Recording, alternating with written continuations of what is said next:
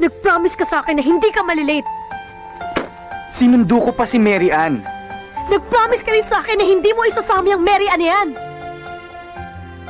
Okay. Kaya ako sinama si Mary Ann kasi mag-una kami. At syempre, ikaw ang gusto kong unang makaalam ng dahil ikaw ang best friend ko. Akala ko'y panghabang buhay na kapiling ka. Lahat na yata inika'y para Get out of my way. Ngunit Di ka ba masaya para sa akin? Get out of my way. Bujoy, di ba ito ang gusto mo? I said get out of my way! Ano bang nangyayari sa'yo? Wala kang pakialam! Hindi na kita maintindihan Kailan mo eh. ba ako inintindi? Diretsuhin mo ako. Dahil hindi ko kayang basahin kung anong nandyan sa utak mo.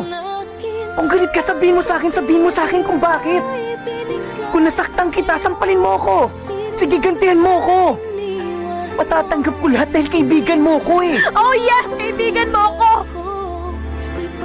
Kaibigan mo lang ako!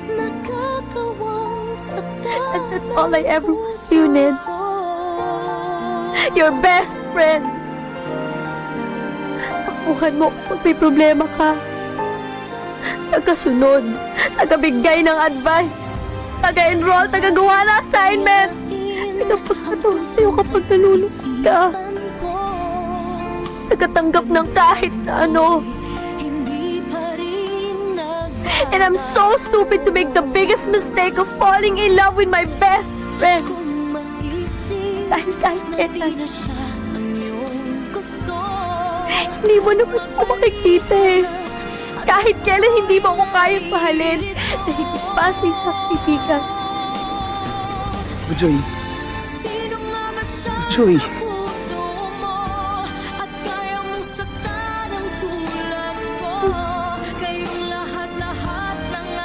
Ngayong alam mo na,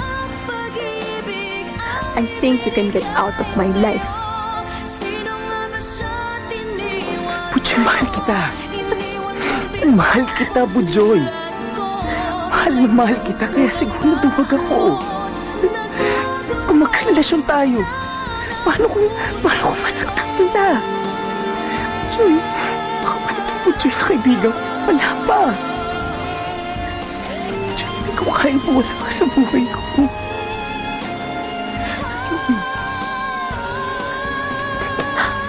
Anong gusto mo sabihin ko, Ned? Anong gusto mong maramdaman ko?